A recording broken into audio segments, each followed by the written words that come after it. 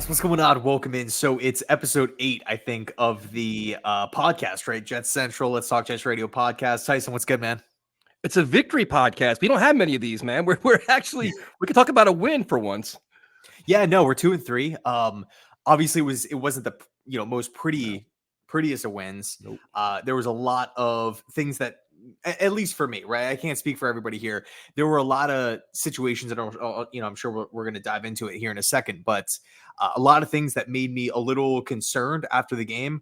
After the game, I was fired up with the Quincy Williams and of course, the whole like Sean Payton, Nathaniel Hackett situation. So I was pretty fired up.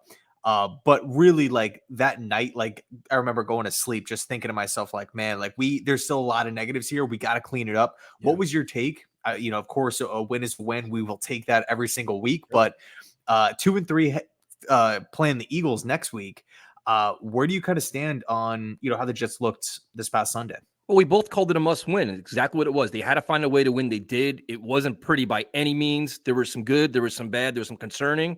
And we'll talk about a lot of it, but they got what they needed out of it, man. You get out of Denver with a win. You feel good for Hackett. You feel good for Zach and everything else. But then you have the big injury. Then you have some questions and you have some concerns as you go play a very good Eagles team that if you can beat, you'll be 3-3, which really turns the corner for your team, right?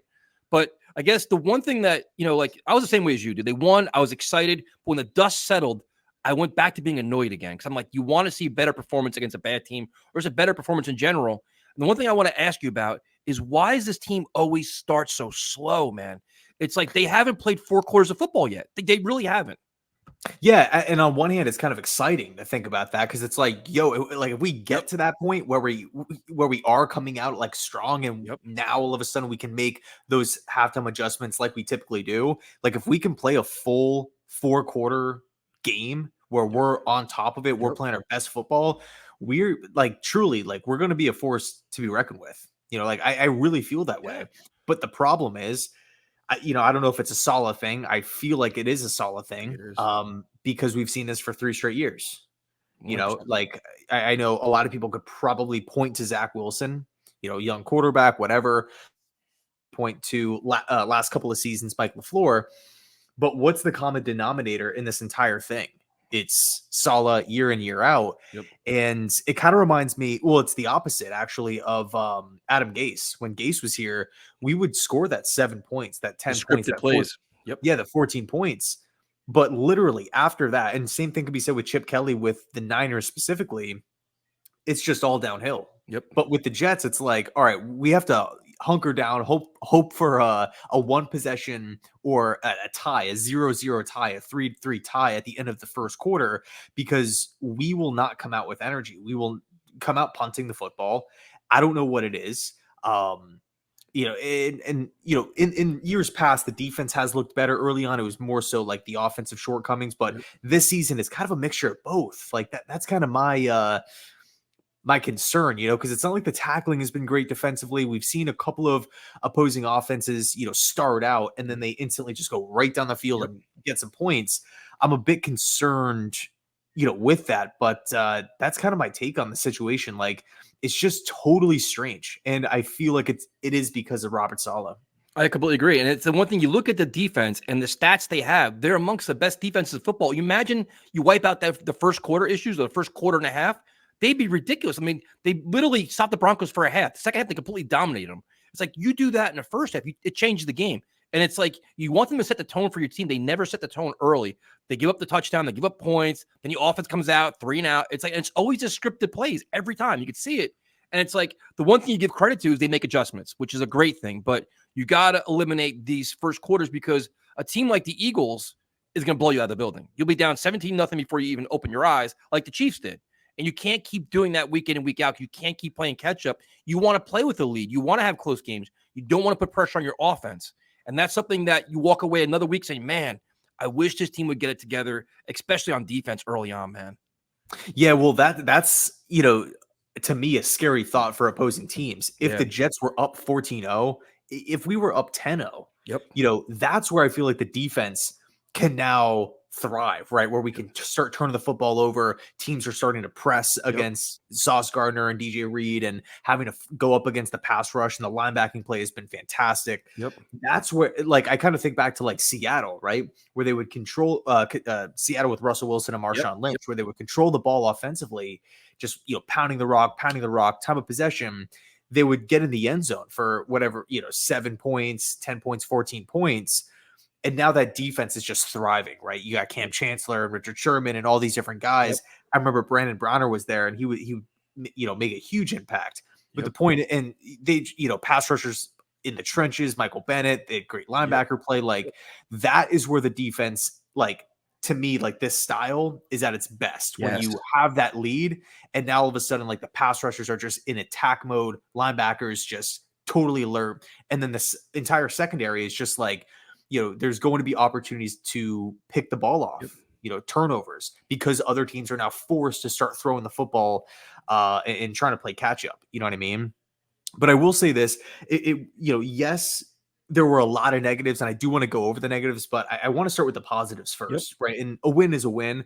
We talked about that before, but I think really the first, and I'm curious to hear your take on this, but I think the first biggest positive for me was, even though in the first half we came out pretty lifeless, we still walked away with over 400 yards on offense on the road.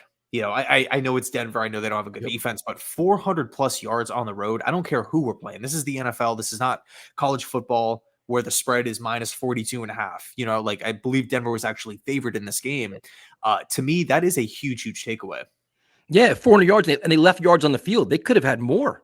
I mean, they were, and that was the most encouraging thing. I walked away saying, you know what? The blueprint for the Jets to winning right now is Breece Hall and the running game, and they did that. And to see Breece is going to be one of the best running backs in football, dude. He's ridiculously explosive. The ground and pound work. They're manhandling people. Time possession is good. You do all these things, and then you run the ball like that. Then you open up play action pass. You should have more opportunities in the passing game. But yeah, the yards are great. The thing that kind of frustrates you a little bit is the red zone opportunities, not coming with points there, not even taking shots into the end zone, which is kind of weird. Like, the ball literally didn't go into the end zone, but it's like they're at least getting there, which is good. Like, they're moving the ball, they're doing a lot of good things, they're spreading the ball around. It's just you could see more. There's potential to see more there, which is great. Especially that's what you want to see. Like, you're wondering against a bad defense, how you're going to play on the road, hostile environment. Can they build up what Zach did last week? But I mean, Breece Hall was the story, dude. That's exactly. They said they were going to feed him, and they did. And I'm glad they did that. Oh, yeah, 100%, man. Like, he's literally, in my opinion, like a top 5 back right now. 100%. Like, I don't even think it's a question, right? And whether I'm a Jet fan or, you can ask, like, I was watching the game with my brother at the bar, and he's a Bills fan. And he's just like, bro, if Breece Hall was a Bill, because the Bills passed on him in the draft. He's like, dude, if Breece Hall was a Bill, we would be like the number 1 seed. Like, we don't have a running game. Breece Hall is an absolute tank. He's a monster out there. He loves him. But I think another positive takeaway, the special teams play, right? Like, Greg Zuerlein was 5 for 5 with his kicks. Thomas Morstead, I felt like looked great in his 3 punts. We had that turnover early on. I think we came out with a 3 and out, if I'm not mistaken. And then boom, we had the turnover on special teams and got that quick 3. Of course you want to get in the end zone for a 7, but I felt like that play in and of itself. I think it was Irv Charles on the play too that went down and popped it out. Like, without that play, I did not, in understanding that the Jets do come out pretty slow, I did not want to get down early in this game to the Denver Broncos of all teams. You know what I'm saying? Like, I wanted to, like, we got the ball to start, punt. I'm thinking, oh my God, like already, man, like, you got to be kidding me. And boom, we get the special teams turnover. Momentum is still in our favor. We get the 3 points. I felt like the special teams really held us in this game. Like, if Zuerlein was 3 of 5 with his kicks, he had a field goal of, I believe that his furthest one was 49 yards. Like, if he missed a couple of kicks or extra points, I know we won the game by 10 points, but if you take away that final TD, which came on the strip sack, it's like this game was a lot closer. So if we didn't have Zuerlein, or if he was off his game, I think things would have been pretty dicey. Yeah, 100%. He's a weapon. He's a legitimate weapon. And you're glad he's healthy again, because he had the groin issue, or he had the leg injury a couple of weeks ago. Looks like he's fully healthy back. The one thing on special teams, though, is Gibson struggled, which was kind of concerning, where it's like, once you, like, sometimes when the punt returner starts fumbling, you're like, oh man, is he in his own head? What's his confidence going to be like? So that was kind of like, all right, hope he turns it around quickly because, next week another game. But no, it's definitely like a lot of like field position is all about the punting. It helps. It's like that was the strength coming into the season. We said, we had a lot of confidence. Like Braden Mann wasn't very good. He was very inconsistent. There's a lot of hidden yards in special teams. So you definitely make up for that. So that's absolutely a positive. Yeah, it's just I know nobody really wants to talk about it. It's not the most exciting thing out there. Nope. There's no like fantasy, ties or implications or whatever. But if you go back and you look at like where teams start, like on their possessions, like if you have a team that's consistently having to go 80, 85, 90 yards to get into the end zone, as opposed to the opposition who might have to go 60 yards or 55 yards, that's a big difference. If that's happening multiple times throughout the game, like, so you start looking at total yards and whatnot. It's just like, okay, they might look similar at the end of the game, but one is a lot more impactful because they're starting out drives midfield. And, I feel like special teams has been a major issue with this team in previous years, not so much this year, but, we would constantly start on like the 10-yard line, 12-yard line, 15, our own 20, and opposing teams would start on their like 30, 35, 40. And before you know it, you're just like asking to get scored against. Yep. Because these teams are just, they're working on short fields. But no, I felt like the special teams really kind of kept us in this game and was the glue to the victory. Breece Hall, obviously, like we talked about before, the offensive, I guess, total yardage against the Broncos. I think another positive here was time of possession. We were last coming into the game in the National Football League, and we racked up over 34 minutes, which to me is huge. Yeah, running the football allows you to do that, man. When you can start grinding people out, you start getting them tired, you can do more things with it. I think another huge positive is the Jets front and the pass rush, where they bet Carl Lawson hasn't been playing, but you're seeing the emergence of Bryce Huff, you're seeing the emergence of Jermaine Johnson, Will McDonald's getting involved, but it's like you're seeing like another level of speed. Quincy Williams is playing like an all-pro right now. They're literally flying around. Like this is probably the most tenacious defense I've seen in terms of how fast or how physical they are up front. Like they can get after it, dude. And you see Bryce up, like he'll come up the middle, like they move him around. And then what I like the most, because I've been like kind of a solid critic, is game on the line. He blitzed. He blitzed Quincy Williams twice, and he would never do that. He's so stubborn with that kind of stuff. He blitzed him twice, and look at the result. So I love that they played like that. The second half was great. But to see these young guys emerging and to see that they're actually willing to have Carl Lawson inactive, I think, is a credit to them. So you know what? We got to do what's best for the team right here. Right now, he's not the best fit for what we're trying to do on defense, and it's making a difference. Yeah, 100%. With all these positives, though, there are some negatives, right? There is a flip side, unfortunately. I feel like we can maybe talk about some of those, or, maybe not so much like harp so much on it and like let it ruin our moods. But, if I'm being 100% honest, like, one thing I love about, working with you and kind of doing these shows, we keep it real and kind of talk about what's on our mind. We're not going to like sit here and sugarcoat something if we are concerned about a specific area of the game. And I know you touched on red zone before, but and coming out slow. But another big issue was third downs again, man. Like again, we just overall in the day, it just felt like every time we got into a third down, it was just so unlikely that we were going to convert. And it's just like week after week after week after week, it's third down shortcomings, third down failures, whatever you want to call them. Man, if we were like 75% completing on these third downs, like we can sustain drives. I think that's like a direct correlation to us being again before this game last in time of possession. I mean, I don't know what the exact statistic is for 3 and outs, but I'm sure the Jets are up there, like at least top like 6 in 3 and outs. And by the way, if anybody out there listening has that information, please like let us know down below in the comment section.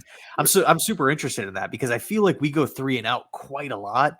And man, it's just another area where it's just like if we can hammer that home, right? Instead of going like 4 of 13 or 4 of 12 or something like that, or 2 of whatever, if we can get that number up to like 8 of 13 or something like that, 9 of 14, 9 of 15, like we will sustain drives. We will get in the end zone. We will get more points. I think just going the 3 and out, it's not only just, it sucks for fans watching, but it also sucks for the defense, right? You're putting them back on the field. And it's just tough.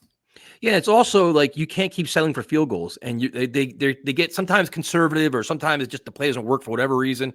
And it's like you can get away with that in certain games, and certain games you can't, right? Because it's like, for example, the Eagle game, I think you have to score some points, man. You can't keep settling 3-and-out, 3-and-out, because a high flying offense like theirs is going to take advantage of it, and you know what I mean. Your defense can get tired and things like that. The play calling, I think, at times is just run, third and long pass, kind of makes it annoying. Sometimes you want to see more tempo out of Zach. Let him run around a little more. Like you almost, like we talked about this last week, you almost wanted to see him build off the Chiefs game plan this weekend, and they really didn't do that. I mean, I understand you want to feature Breece Hall, which is great. You should, but the passing game could still be more open. You can still do a little more in the passing game. I don't think they do that. A lot of times they don't take shots downfield, whether that's they're scared of Zach taking that shot, whatever it is, but you shouldn't have to be down 17-0 to be more aggressive. Be more aggressive earlier on, because if you do have that passing game, it's even more running yards because the defense be kept honest then. You know what I mean? Yeah. And I guess the play of Zach, I guess we could talk about too, because it's like he's showing growth. He's showing improvement, which is good. But they're also seeing things that drive you absolutely crazy. Like if we're being honest, like we said, we're going to be honest, is that play, the play before halftime, I literally almost broke my headset, my tee. I was ready to break everything because that's just situational awareness. And that, like, the Jets are so lucky they won that game, because if they didn't win that game, we'd be sitting here for an hour talking about, had we not get a field goal there, had we not do this, had we throw an interception in the fourth quarter, like we'd be analyzing all of that, dude. But the winning kind of hides all that. Yeah. I mean, you've talked about it. You made the joke before, like winning is like the best deodorant. It is. And, it, like, again, like if the Jets were to come away with an L, this past Sunday, we would be talking about that stuff, right? Yep. Why do we continue to suck on third downs? Why can't we get in the end zone? Yep. It's like we get into the red zone. I feel like every fan base is just like, yes, let's go. 7 points nervous. approaching. It's like, oh no, it's probably going to be 3. I do think the positive from that, though, is that the issues are so blatantly clear that it's like we know exactly what we need to work on, right? Like Nathaniel Hackett, Robert Saleh, like we need to drill this stuff home in game preparation throughout the week, right? Like it's not like But how we're many weeks ending does it these take though, games. dude? Like how many weeks? Sorry, I mean to cut you off, but like how many No, weeks go does it ahead. take? Because like we're now approaching a very pivotal part of the season where it's like you need to win football games. Like it's great to say we can build on this, we can learn on this, we can grow from this. So Zach Wilson's been starting since week 1, unfortunately, because that's because of the injury to Aaron Rodgers. But like, all right, the first was like, well, 2 weeks. Well, he's still learning the offense. Well, we're still learning this. Okay, well, how many weeks do you need to understand that your red zone right now is not functioning? Whatever you're doing isn't working. You're not effective on third down. Like, when can we say, is it like, you know what, the Giant game, like you have the bye week, you have the Giant game. Should they have more comfort understanding what this offense can and can't do? I think so, but I think kind of, my takeaway is just like, we're not walking away from these games saying like, man, we don't know what's going on. Like we're practicing great throughout the week. We're converting on third downs. We are controlling the ball. It's just, maybe it's something different every single week. Yeah. If, we didn't get flagged there, if we didn't, have a crap play call here, we probably would have won. No, it's the same reasons. Like why the Jets are either losing games or why they're close. It's the same reasons week in, week out. So you would like to think as an NFL professional coaching staff that they could figure these things out. Will they in time? I would hope so. But I do think there is kind of that silver lining where it's just like, all right, we suck in the red zone. We suck on third downs. We always come out slow. We have to fix these things, as opposed to packing it up on Sunday saying, man, we don't know what went wrong, or, That's a great point. we fixed something this week and that, it's next week and we lost again and it's something completely different, and it's just like, you're just running around in circles, just trying to, patch up all the holes on the ship. It's just like, no, we know what the issues are. It's just up to Saleh, Ulbrich, and Hackett to go out and actually execute and fix these things. No, that's an excellent point, because, the best thing is if you start off slow, say the first 5-6 weeks of the season, and you play your best football at the end of the season, that's when you make your run. So if they do have the ability to clean those things up, it's great. How much of that falls on the quarterback is probably my question, where I'm probably a bigger Zach critic than most, just because I want to see more out of this team and I want to see him play fundamentally sound, good football. I want to see good offense. Like Sunday's game wasn't like minus Breece Hall running the football. It wasn't a fun game to watch, dude. It was like excruciating, right? It was just like ugly stuff, right? So you want to see them play better. You want to see Garrett Wilson flourish. You want to see the players happy. Rucker get his catches, everything else. But you won. That's the most important thing. But this week, your challenge is much bigger, where you're going to need a lot more out of a lot more players to get a win on Sunday, right? So, and you look at, I guess, the offensive line play, where at one point Becton and AVT were out, and you're like, man, like this is just the worst case scenario. Like both tackles are out. Thankfully, Becton came back up, but he's apparently banged up, man. He's fighting through it week in and week out. And now you lost AVT for the year, where it's like that's a setback. You know, back-to-back years him being out. He's a great player, playing right tackle. Max Mitchell came in. But, I mean, what's your level of concern with the offensive line? Because I have two questions. What's your level of concern? And then once Dwayne Brown comes back, what happens there? Because it's like, do you bring him back and say, okay, now you're plug and play left tackle, Becton, you go back to the right? Or do you say, you know what, let's keep Becton where he is because he kind of looks all right there. Dwayne Brown, you know, like, how do you handle all this? God, it's such a, I hate that we're weeks into the season. We have to still talk about like the offensive line, like and the plan in place and whatnot. I wish we just had like a normal functioning group and, you know, it's on Joe Douglas. It just, you know, I don't like being in this position. As far, I guess I'll address kind of Becton first. If he's battling through stuff, given his track record with injuries, I'm probably going to shut him down for at least a week. Like I'm not like if he's, you know, truly battling with going through something, I am not saying to myself, well, we're thin on the offensive line. We got to roll Becton out there. You know, you've been looking good this season. You know, we've been impressed. So keep on pushing through because with Mekhi, it's just, I don't want to push my limits with that. You know what I'm saying? I would rather play it safe. Give him a week off if that's what he needs. I mean, that's what the story was in training camp, right? Like you would practice one day, not practice the next. I mean, if he's in a situation where he's practicing every day and then he is showing up on game day, obviously going out, starting, looking good, looking effective, and then hitting the following week of practice, it's just like, that's a lot different than earlier on in the season. He's missed 2 full seasons, and it's not just 2 full seasons of regular games. It's 2 seasons of like camp and preseason and practices and all these different things. Maybe the workload is a little bit too high. You know, does it suck to say that? Yeah. But at the same time, it's just like, can we be proactive with it as opposed to rolling the dice and crossing our fingers, hopefully Mekhi stays healthy. So that's kind of my approach there, right? If he comes to the coaching staff or if the staff asks him, hey man, like, are you like 100%, 95, 90%, or are you like seriously battling something? If the answer is like, coach, like I'm seriously battling something, then I'm like, all right, we have to load manage, you know, pitch count type of thing. Unfortunately, but that's just the reality, right? Like when it comes to Mekhi Becton specifically, in regards to Dwayne Brown, this is a situation that I just have no clue with, right? Like it's true. You know, Joe, like I seriously don't know how he's going to perform. Like Joe Douglas, Robert Saleh, Nathaniel Hackett, everybody sold us on Dwayne Brown, right? We don't need another tackle. We didn't need one in free agency. We didn't need one in the draft. We are totally fine. And in the first couple of weeks, it was not fine. It was horrible. And now he's coming off of another injury, a hip injury, which is serious. Yeah, to go along with the shoulder. So it's like, okay, can you know, maybe the time off helped Dwayne, but you know, is it fair to say that okay, we're just going to bank on him to come back and the offensive line is going to be performing better? I don't know. Like based off of what we saw this season, based off the injury, based off of Brown's age, to me at least, I'm saying, okay, cool. At least we got some reinforcements. We have another option to throw out there. But as far as me feeling like comfortable and calm, like, okay, Dwayne Brown's back. We're all good. No worries on the O-line. We're going to talk about like Lyle Collins and whatnot. I'm sure you saw that earlier. Yeah, of course.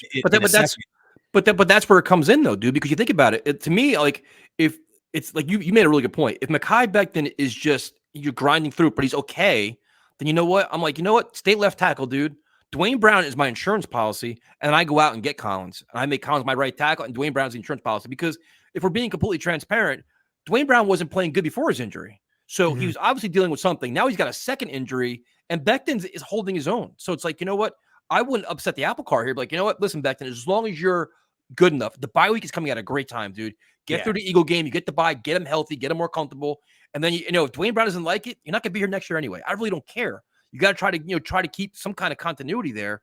But, and I'll give you credit because you've been talking about Collins, dude, since as long as I've known you, where the Jets should have signed Collins. But seriously, as long as you've been doing the show, you've been mentioning it. Like, go get him, go get him, go get him. Now they've actually worked him out. He's working out with the Giants, but probably a money thing at this point. But I would get him done, dude, because it makes a lot of sense to upgrade your right tackle spot with AVT out.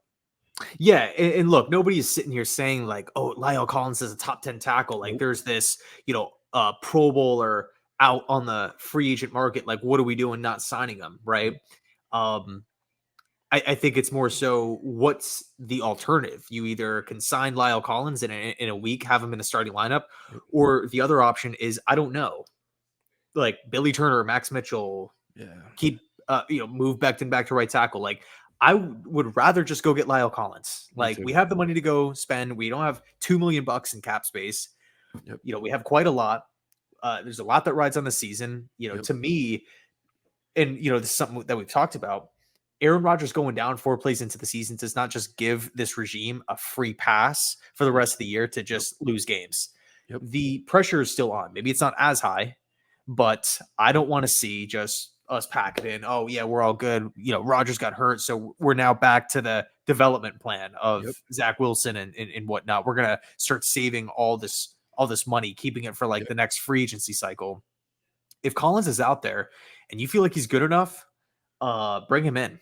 To me, it's just like if you don't, unless Collins like had a hard workout, like it just didn't really go too well or whatever, or he's asking for what like 10 million or something crazy like that. I don't think so. That's a situation where I could see the Jets maybe passing or the Giants maybe like one-upping the Jets. But if I'm Joe Douglas, man, like the offensive line is keeping me up at night. Like I got to protect Zach. I got to, we have Breece Hall. We have, one of the best running backs in football. Like we were just talking about, we got to make sure that he's, he has an offensive line up front that can do some damage and isn't a liability. I think it's twofold too. It's like it sends a message to the locker room too, man. Tell the locker room, listen, we're bringing in Collins. Like we are trying to win football games. We are trying to constantly upgrade and do things. The other thing that you kind of think about too is like he's only 30 years old, 31 years old. He's still young. Where you could say, listen, you give him like a 1-year deal with an option for next year. Because look at next year, dude. Becton could be gone. Dwayne Brown could be gone. AVT's coming off injury. Carter Warren's a project. Like we need tackles, dude. So you say, listen, man, and you have a chance to play with Aaron Rodgers too. So you could sell him that too. So like, it doesn't have to be just a half-year rental. It could be like a 2-year thing. Say, listen, man, you play well here. We got to pick up this, and it could be like a piece to the puzzle kind of because the offensive line's a mess in terms of just continuity going forward. Yeah, no, 100%. That's a great take. And like another thing too, it's like we're going to be down a draft pick. So if the Jets are thinking like, if they're debating, in the first round, wherever we're picking at, it's like, okay, we like a tackle, but we love whatever. We love another position, right? But we're now inclined to go after the tackle and go after the player that we like as opposed to the one we love because we don't even have a second round pick. And like you said before, all these guys could potentially leave. And I don't want to be in a position where we're overspending in free agency because we've seen teams do that. And it's, I know offensive line isn't like wide receiver or QB or running back or anything. People don't get like as excited for the site, for the signings. But man, like there's look at the Giants, and I know the Raiders have had some issues. Like they will hand out, they've handed out some big contracts, just thinking like, okay, cool, best offensive lineman on the market. Here's a mega deal, plug and play, and it's like, no, he looks completely different. And not only do we just still have offensive line issues, but now we have to pay this dude tons of cash to go out there and not look good, right? So, I'm concerned with the offensive line. I'm at least encouraged that we have an option with Dwayne Brown coming back because maybe he comes back and looks good, right? Maybe he looks a little bit better. I'm hoping that we bring in Lyle Collins. I think the workout with the Giants is tomorrow.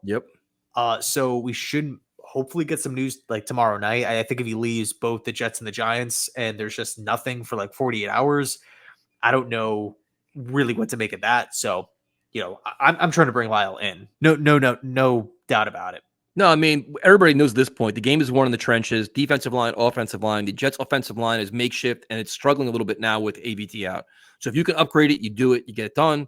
And then the next thing was the news that came out today, because the wide receiver group I like right now, they're not being used enough because the passing game is kind of struggling. But the Mecole Hardman thing to me is weird. And I'll tell you why. Because Yeah. to me, this is a guy that he was able to do good things in the Kansas City Chiefs offense, right? So we thought he could do the same things here, where it's give him the ball in space, jet sweeps. He can be a returner. He's got speed that we need, down the field speed that we can utilize. So early on, it was, oh, not enough snaps on offense. All right, whatever. There could always be enough snaps. Like the Patriot game was dreadful. You could use speed in that game. We could use anything we could. Nothing happens. And now it's basically he's in a doghouse. Like something has gone wrong, whether it's him not being good or not a good teammate or work ethic or something's wrong, because now there's rumors that he's going to be traded. And once these rumors come out, it usually happens. It's just like where there's smoke, there's fire kind of deal. But to me, unless you get like a higher compensation than you think you're going to get, I don't know what the rush is, to be honest with you, because everybody's telling me, well, Gibson passed Hardman. That's great. A young undrafted guy. That's great news. What if Gibson gets banged up? Then what? Because then this team's going to be lacking the speedster that we need. Hardman's also a returner too. Like it's good depth. It's good quality. There's no rush to get him out of here unless he's legitimately saying, you know what? I want out because I'm not playing. If he's not doing that, then I'm in no rush to trade him, because the compensation is not going to be a lot. Like what could they possibly get for him now, dude? You're not going to get much. Well, yeah, dude. I don't know if you saw, but like Van Jefferson got traded today for like a couple of pick swaps. Yeah. And it's like, to me, dude, like if the Jets were to go out and trade Mecole Hardman and we get like a pick swap, that's like that's like an MLB like a baseball move, right? Like where the Oakland A's sign like a random veteran and he like looks okay or something, like in the start of the season, and the team just like loses a bunch of games, but the sole intention of signing him in the first place was to flip him at the deadline for like a draft pick. Yep. But it's just so weird, dude. Like weird is like the best definition for it. Like if I had to take a guess, I would have to say, man, like it's probably a guy that Joe Douglas really liked, but Nathaniel Hackett was like, not really for me. Yep. And so Douglas went ahead and brought him in and kind of said like he will be good or whatever it is. And Hackett is just like, we just don't have the space for him, or I can't factor him in into the offense. We're not going to push the ball down the field, or maybe we look like Gibson more, whatever the case is. But I just have a hard time seeing Douglas, Saleh, and Hackett like in a room together, right, on a conference call, talking about potential free agents and identifying Mecole Hardman as like the guy. And by the way, I don't think he's ever had an issue in the NFL. It's not like Chase Claypool. Nope. Right, where he's locker room cancer, he's being asked to be, being sent home by the team or anything like that. I don't think he ever had a problem in Kansas City. I've only heard good things. And if like common sense would tell you, okay, if this is a Super Bowl winning offense and he has a role within the Super Bowl winning offense and he has the rapport with Mahomes and he's super fast and he's probably the fastest player on the Jets offense, why can't we get him involved? Why can't he even dress for the game now? You know what I'm saying? Like, gosh, it's frustrating. It's weird for sure. But no, I'm with you. I think if the Jets like don't get like if our compensation is like a 2025 seventh or some pick swap nonsense, I'm like, just keep them. Because sorry, go ahead. No. I said the last thing you want is it's so early in the season, dude. 5 weeks from now, a couple players go down because everybody gets banged up at some point. 17-game season, injuries are always going to happen. Just say God forbid Gibson goes down or somebody else gets banged up, and you're like, all right, now we need a returner. Now we have no speed on offense. You literally have it in your building. So it's like I'm not so quick to push a guy out the door. Maybe it's because I have just more belief, but like you said it, dude. Like he played well with the Chiefs. Nobody's saying he's got to catch 100 passes. We did our preview shows. So you know what? 25, 30 catches. Just be a legit threat downfield that the defense has to worry about. And he's still that. So it's just weird. And like I said, once the rumors come out, something's going to happen because that's the way it always works. It's just like whatever. But for like a 6th round pick next year, 7th round pick next year, I'd rather hold on to him and see what happens, man. I don't know. It just seems really awkward. Yeah. The one position, well, I guess 2 positions that I feel good about letting specific players go. D-end with Carl Lawson. Yep. I guess we kind of jump to that because of the young depth. Jermaine Johnson, Bryce Huff, Will McDonald, Michael Clemens, all young guys, all Yep. guys with high upside, all guys that I feel like are probably either are or can play better than Lawson at this Yep. point in time, like moving on. Yep. And, Lawson, unfortunately, he's the veteran. He's the one with the injury problems. So if you want to trade him to a team like the Raiders, right, who Yep. have been like, quote unquote, looking for a pass Yep. rusher since the whole Chandler Jones thing, I could see something, plan out like that, right? Maybe target a Hunter Renfro or a draft pick, whatever it is. And then the other position is running back with Dalvin Cook. Like, I really don't think that the Jets can get a lot for Dalvin Cook, Nope. but if they continue to lose games, I am totally fine parting ways with Dalvin and just getting whatever we can because it is a 1-year deal and he's not going to be back next year. Yep. And again, it's the same type of argument where it's like, okay, multiple young players on the roster that we feel, or sorry, at that given position on the roster that we feel good Yep. about. Izzy, Michael Carter, Brees Hall. But with wide receiver, it's like if something happens to like the undrafted free agent Xavier Gibson, like I want somebody in house because the last thing I want to be is Yep. depleting a position that I feel is already like on the brink of being thin. Yep. Well said. That's very well said. Yeah, and I completely agree with you there. And then like with Lawson, it's kind of like a respect thing. I think Lawson served his purpose here. He's a great mentor to these young players, work ethic, film study, great team guy. So Jermaine Johnson, these guys all learn from him. But now he has to pass the torch. Like, listen, you know what? They're just so much more explosive than he is, so much more tenacious, and they're going to be here next year. He's not going to be here next year.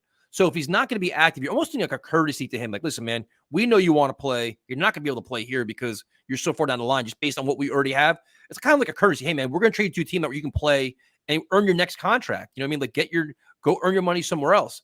Dalvin Cook I want to see Izzy on the field. If we're going to get rid of Hardman, we still need that speed. You see Brees Hall in the open space, dude, and Izzy has similar speed. Not probably the same kind of speed, but he has that same explosive nature. Do you want to see what can he do? You know what I mean? Like Dalvin Cook did a little better this week, but still not the same player he was, man. He looked like he's lost a step. He's physical, but like if you trade him and it means more Michael Carter and more Izzy, is anybody complaining really? Like, is anybody going to be upset about it? I won't be.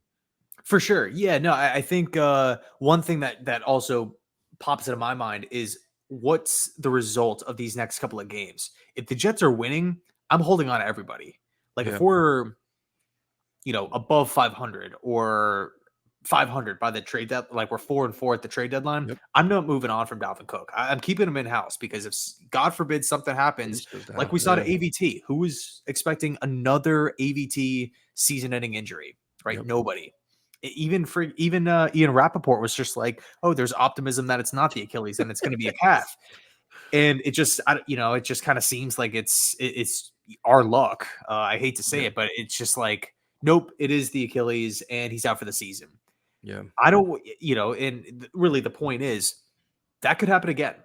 And if the Jets are winning football games or we're 500 or whatever, we're above 500, I am not in a position where I'm starting to sell pieces. And then 2 weeks from now, something happens to a player and it's just like, oh, we really need depth, but we're also really good.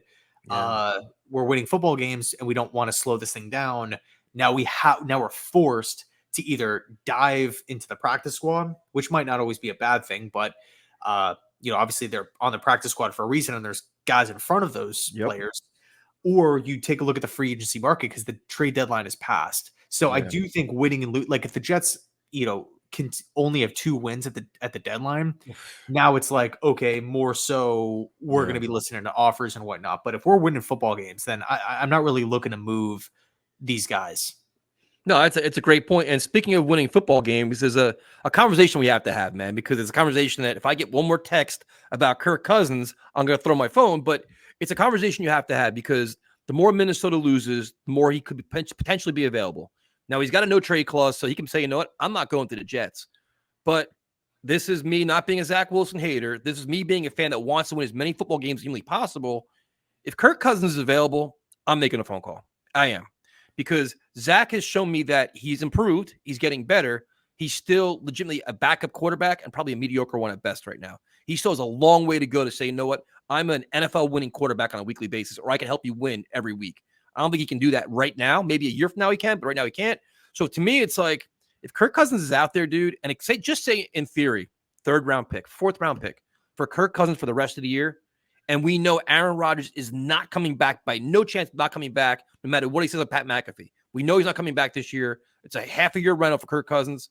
I'm down. I'm doing it, dude, because this team, I think, has showed us. We just watched the defense shut out the Broncos for a half. We know how good they potentially can be. We said coming into the season they were a quarterback away. Well, they're still a quarterback away, in my opinion, and you have one out there that can give you a chance to make a run to the playoffs. So can I tempt you in the Kirk Cousins world, or are you going to give me a dirty look and be like, I'm crazy? Dude, I like Kirk Cousins, man. I am not one of, I'm not a fan to where I look at Kirk Cousins and say, this guy sucks, like, oh, he can't get it done. Whatever he fails in the fourth quarter because of that. He's like a horrible quarterback. I don't want to, I don't want anything to do with him. I like him. I think he's I think he's good enough, at the quarterback position to win a lot of football games. But with that said, I just feel like there are probably a lot of moving parts, right? We have to have the Vikings want to trade him. We have to essentially outbid the other, because look, if Kirk Cousins becomes available, in my opinion, there's going to be a lot of teams that are going to pick up the phone and just say, hey, Kirk Cousins, like an above average quarterback is now on the market. It's not just going to be like one. The Jets aren't, it's not like Joe Douglas is going to be the only guy interested. I'm trying to think of, well, I guess Washington doesn't really make a whole ton of the sense. Patriots. You can go to Patriots. Yeah, New England, I guess. Maybe Atlanta too, if Ritter doesn't really, pick it up. Because the Falcons are winning football games. And I think another thing too is if you have, an injury to a quarterback that is playing for a team that's winning a bunch of games. So I think if the Jets identify Kirk Cousins as like, okay, we are dead serious about going out and getting him, we need to accelerate these things now. We need to get on the phone, kind of like we did with the Aaron Rodgers thing, right? Early on in the process, boom. The second we can, we like early on in the process with Green Bay, like the Jets and the Packers were in talks for like a long time, right? Like it wasn't just like a random phone call months into the process. So I would rather, again, if the Jets are 100% sold on it and they're fine giving up a high pick for a rental, because you never know. Like, what if they say, oh, yeah, we like Cousins. Let's give it another 2 weeks. And it doesn't go our way. And, we lose games and Zach doesn't look good. The Vikings are losing games and they're like, okay, cool, Kirk Cousins, we want to move you. And then he's like, nah, I'm not coming. I don't want to go to the Jets. Sorry. And it's just like, all right, well, we got 4 days to figure out what we're going to do at the quarterback position for the rest of the year. I don't even know if it's possible for like the Jets to contact the Vikings and the Vikings essentially ask Cousins and the agent if he would be open to it. I don't even know if that's a thing or if that would be considered like tampering.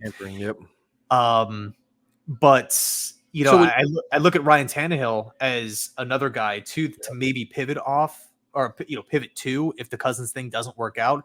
I don't think it would cost as much to go get Tannehill. That's where I think Sunday's game is going to go a long way what the Jets are going to do because, Jets Eagles, tough matchup at home, but you got to see what kind of Zach you're getting because then you're going into the bye, dude. And that's 2 weeks to kind of figure out what you want to do on offense and what you want to do at quarterback position. If you go make it a bold, aggressive trade, you have time to then, a week and a half to kind of figure it out and get this guy acclimated and kind of put your plan together for the rest of the season.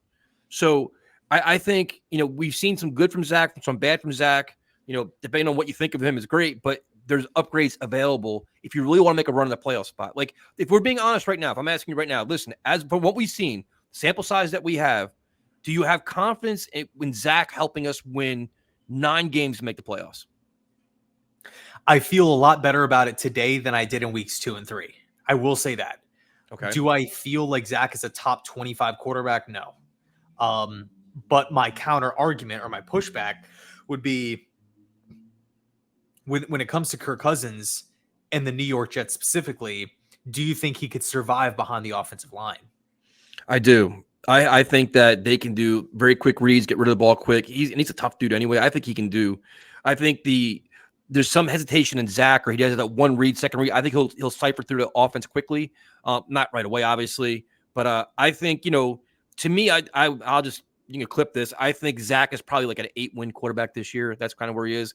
Where Kirk Cousins gets you to that 10-11 making the playoffs. I think that Zach kind of falls short. And I'd love to be wrong. I hope he Yeah. wins Sunday but I'm just saying, like, I just think he's like, they're going to win in spite of him at times. He's not going to carry them, where other quarterbacks, including Tannehill, will literally win games for you, which you're going to need when you play upper level teams. You know what I mean? Like the higher level teams. So let me ask you this. Do you think the Vikings would be what if the Jets say, "Hey, you guys can have our 3rd round pick," and the Vikings say, "Nah, we're good. We got Atlanta on the phone. Yeah. We got a couple other teams. They're interested as well. They're offering us a 2, a 2 and a future pick.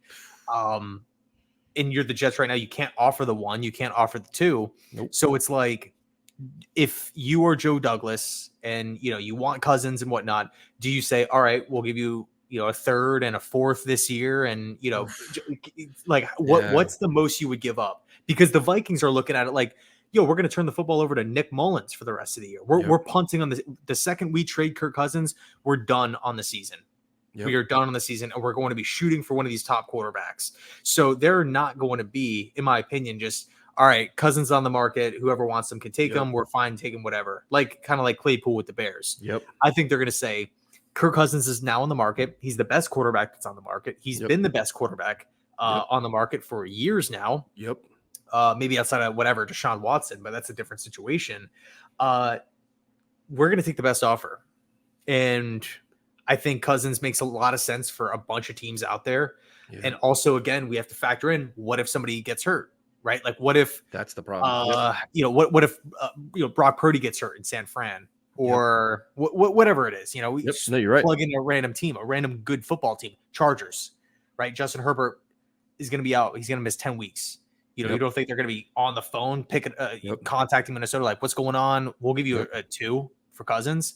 So that's, to me, why it's so important to establish the connection early on. And if you want Cousins, don't wait. Just bite the bullet and get him in the house. Get him in the building immediately before these other teams, right? Before pitfalls can occur. If that makes any sort of sense. It does. Do you think Sunday's game? We kind of said this last game was, but do you think Sunday's game versus the Eagles is paramount for Zach to play fairly well, to kind of remove some doubt and silence some critics, and maybe make the Jets feel a little more comfortable going into the bye, and then the Giant game, which will be crucial? Or are you still think he's like a 2 or 3 week plan for them? I think, to be honest with you, man, I think every week is kind of like a prove it game for Zach at this point. Yeah, I think so too. If he didn't start out the season looking like this bad, I would feel a lot better. But because we saw week 1, week 2, week 3, all looked horrible, and then we had that bounce back in week 4, it's like, okay, sick. And then looked better in week 5 compared to weeks 2 and 3, not compared to week 4. So it's like, all right, it's still there. Maybe it's like a game plan type of thing, or whatever it is. Maybe Denver was doing something differently. I think, God, the whole situation is just so, you just feel like you're in between a rock and a hard place, right? Because it's not like Zach is some random player. Like, he was the 2nd overall pick. He's under contract next year. The Jets have to pay him all this money. It seems like they really want him to be the guy, and they will kind of go down with the ship if that happens, right? Whether it's Douglas or Saleh or whoever. But at some point, I thought it was a great point that you talked about before, where you said that it sends a message to the locker room that, hey, the New York Jets are for real. We want wins, and we're going to do whatever it takes to get these wins. And we respect the other 52 dudes in the locker room. We're not just going to punt the season because 4 plays in, Rodgers goes down. A question for you. Would you rather give up more to go get Kirk Cousins, or less to go get Ryan Tannehill, or just roll with Zach? So I guess for context real quick, let's say a 3, a 4, and a 2025 late rounder for Kirk, or 1 4th rounder for Tannehill this season. You're gonna get me roasted for this. This is tough, because I think if Zach plays mediocre or poorly and the Jets lose on Sunday, it is gonna be a very long 2 weeks for this team, because everybody's gonna be pissed. Everybody's gonna be doom and gloom, and everybody's gonna want change. And the locker room's gonna be pissed too, because now you're 2-4 and you're chasing yourself. You're chasing your tail a little bit. Based on the compensation you told me, I'd get Tannehill, dude. I guess I'm really desperate to watch good football, and I want to win football games. And I think this team has enough talent to make a run at the playoffs. The AFC is not the same old AFC this year. A lot of teams are struggling. A lot of teams are losing. everybody's going to be in the mix. That Patriot game that we lost is going to haunt us because that's a game you had to win, you didn't. It's a conference like that for the whole tiebreaker thing. You know it's going to haunt us, so you got to chase that one back. But, I mean, that compensation for Kirk that you just said is a lot. I wouldn't do that. But I would do Tannehill. Like, I don't have faith in Zach carrying this team or doing enough good things to get us to 9 or 10 wins. And if that's the case, and the other thing too you got to worry about is the locker room, man. Like we saw, like, and this is come off negative. I don't like being negative like this, but we saw this locker room quit on him last year because he didn't play well in big spots and he fell apart and they were losing games. If that happens again this year, the same thing's going to happen. And I don't want to see Garrett Wilson pissed off. I don't want to see Rucker frustrated. I don't want to see Breece Hall pissed off. I want to see them all scoring points and playing great football. So for me, Tannehill, while he's not the same quarterback he was, he's still serviceable. If you give him a very good defense and a very good running game, he can make this. He can help us win football games more than Zach can. That's just my honest opinion. For a 4th round pick, I'd do it. Yeah, it's interesting, man. I think one interesting kind of angle to look at it from is if you like take your jet hat off, you put your fandom aside, and you imagine yourself as the Vikings general manager right now. Yep. You probably know the writing on the wall is, it's there with Cousins. Everybody knows he's not going to re-up there. And you're probably thinking about, okay, like we're going to get this report out there where, it could be available, pump it out early. You are probably in the back of your mind hoping that Zach Wilson goes out there and fails 100%. Because it's like the more Wilson looks, puts out, poor performances, the more the Vikings are just like sitting back saying it's just going to make the Jets come crawling, even more. And to us, right, to us as the Vikings, that means that we can ask for more. Yep. Because they're just going to be more and more desperate. So I guess to answer your question, I think it is crucial for Zach because it's, if Zach goes out there, doesn't turn the football over 270 yards, even if we were to lose against Philly, it's like, all right, well, we're not like necessarily forced to go make this QB move. Yep. It's like, well, we have at least something in-house. It's not like week 2, week 3, where we can't even get the football down the field. Yeah. I would say this though. I would make Trevor Siemian the backup quarterback this weekend though. I'd be a little bit more aggressive now where it's like these games mean a lot now. You can't keep mailing in games like, you know what, we trust Zach. No, you start seeing that game where you could tell when he's having one of those Zach games where he's just playing terribly. All right, man, listen, kid, we love you, but the game is on the line. You're not playing well. We need a more productive offense. I'd have Trevor Siemian be number 2 quarterback starting this Sunday against the Eagles. Be a little more aggressive with it. Like, listen, we got to keep this. And that kind of shows the locker room too. Listen, man, we know what's going on here. We know we need to win games. We're trying to position ourselves in that spot. That's me personally. No offense to Tim Boyle. Right. I would probably do the same, honestly. You have to, right? I think so. It's because you don't want to be in a position where it's just such a risky game, right? It's like the Jets are walking like such a tightrope right now at the quarterback position where it's just like, if he fails, what's going on? Yep. And like, I felt like it was such a risky move to roll Zach out there against the Chiefs on primetime football, the defending Super Bowl champs, and not really have that like go-to backup plan. And we, I don't want to say lucked out because I don't want to take credit away from Wilson. Yep. He went out there and did his thing.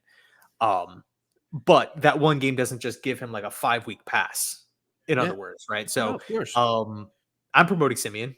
I'm doing it. If there's no faith in Tim Boyle. And then I think that these games are going to be pretty critical for Zach, as far as adding another guy.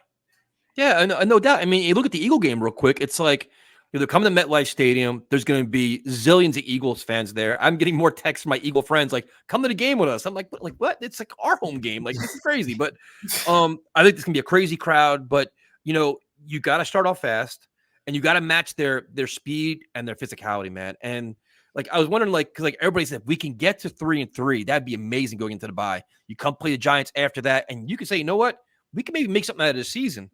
What are your thoughts of just this Eagle matchup? Is it like they're undefeated, they're a great team? I love Jalen Hurts, I loved AJ Brown. Like, what do you think about this team? And they're banged up, they got injuries. Can the Jets find a way to pull this one out? Do you think? They're a physical team, like you watch, like just the trench play is insane. Yeah, Like it is. they defensive line, they have depth, they have talent. Offensive line, they have depth and they have talent. They have veterans all over the place. They have young playmakers, weapons on the perimeter. They got DeAndre Swift playing well. Jalen Hurts can hurt you through the air, hurt you on the ground. It's going to be a tough game. I don't think that's, it's Captain Obvious here. It's going to be a tough game. Yep. Can the Jets pull off an upset? Yeah, I don't think it's out of the realm of possibilities. We took the Chiefs right down to the bitter end. Yep. And people still, people are looking at the Chiefs as a potential repeat Super Bowl team. Yep. So to go from a game like that, and to say, oh yeah, the Jets have no shot against the Eagles, I think is just a mistake. Yep. But if we come out slow, if we suck on third downs, if we get into the red zone 4 or 5 times and convert none of those, if 0 for 4, 0 for 5, whatever, then it could be a long day. So I think it's just paramount for the coaches to hammer down on these issues throughout the week. Yeah, great. We got the win against Denver. That's freaking awesome. Yep. Did it in like an epic fashion, but it was an ugly game. We didn't dominate them from start to finish. It was close. There were moments where I felt like Denver could have pulled away, but they didn't, or we, made a nice play. So that's kind of my take on it. I think it's a tough game, but I think the Jets have a chance in it for sure. Yeah, I think there's a lot of pressure on Ulbrich and Sal in this game defensively, where I hope DJ Reed is back. That's a huge, because they have, Devontae Smith and AJ Brown are great receivers. DJ Reed back is huge. Don't play that soft zone and let these guys run around. And then something they have to get better at is have a spy on the quarterback. Like you saw Mahomes run around, you saw Russell Wilson run around. Like, Jalen Hurts is going to run. Like, this is like, exactly what's coming at you. You got to be prepared for it. And while I think there's a lot of pressure on the offense, I think the defense has a lot of pressure, especially in the first quarter, to not get blown out. Like, don't come out slow. Like you just said, like yourself, don't be down 14-0, 17-0, because you don't want to sit back being down that much with that Eagle defense attacking the hell out of you, because they will slap Zach all over that field, because they're relentless, man. They're not soft with it. They'll beat you up. Philly's no joke. No. I think this is going to be, I think Philly's better than KC. I think Philly's better than Buffalo.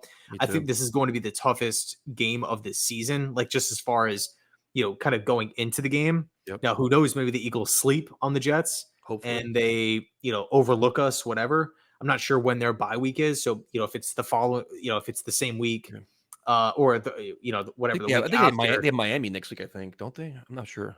Yeah, I'm not too sure of the schedule. I guess I could pull it up, but maybe they sleep. I don't know. But I'm, again, as an NFL fan, I'm not trying to be in this position where I'm like, hopefully the other team is sleeping on us to get a win, like hopefully it rains. Yeah, dude, we got playmakers. We got, Saul's been here for years. Like, we got to go out there and freaking punch the Eagles in the mouth and show what we're about. You know what I mean? So that's what I'm hoping for. But is there anything more that's, you wanted to cover in this one? No, I mean, we covered a lot in a small amount of time. It just, the Jets haven't beaten the Eagles ever. So no time, good time to start doing it. But it's going to be such a huge game for the Jets with the bye filing. Because you know how we are, dude. Like, when the Jets win, they're the best team in the world. When the Jets suck and they lose, everybody hates everything. And then we have 2 weeks to digest it. And then you figure, how did they react to this loss? How did, like, with all that bad press or a bad performance, how did they react to it with, high expectations? So it's going to be interesting, man. Really interesting.